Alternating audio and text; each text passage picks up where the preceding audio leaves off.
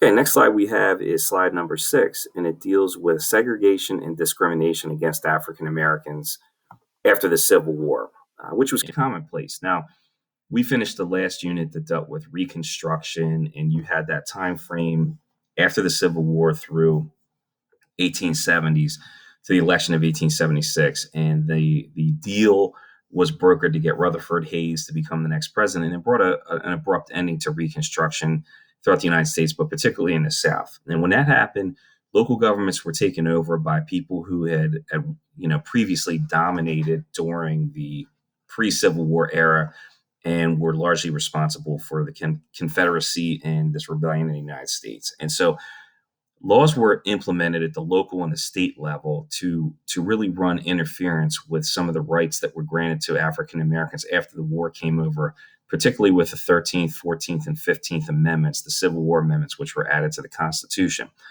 So most of it was intended to control the behavior and the lifestyles of African Americans, and then the other parts of it were to try to create another system that would replace slavery but still benefit those that used to benefit from slavery as well.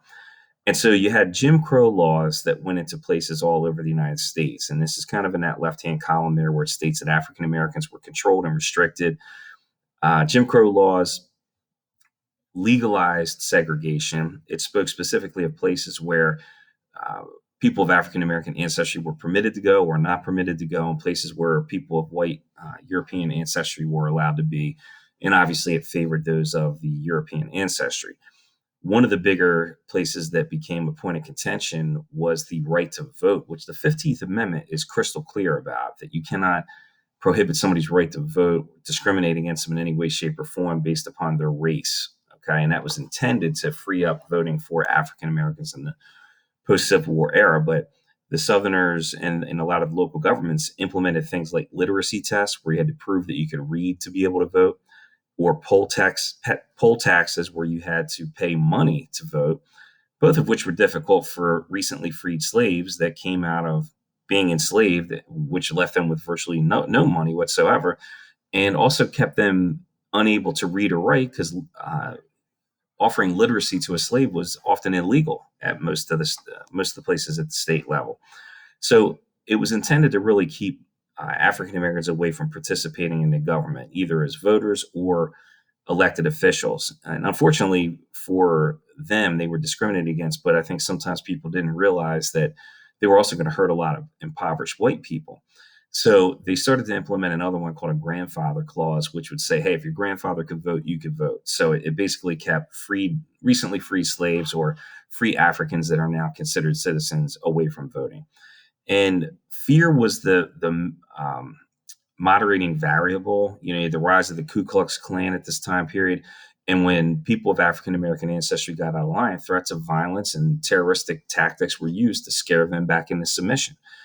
Between 1885 and 1900, more than 1,500 African Americans were lynched, which means they were beaten and hung from a tree, often very publicly, sometimes supported by larger groups of citizens from the local area, but also very much in display, their death being put on display in front of their family and their peers, other African Americans from their community.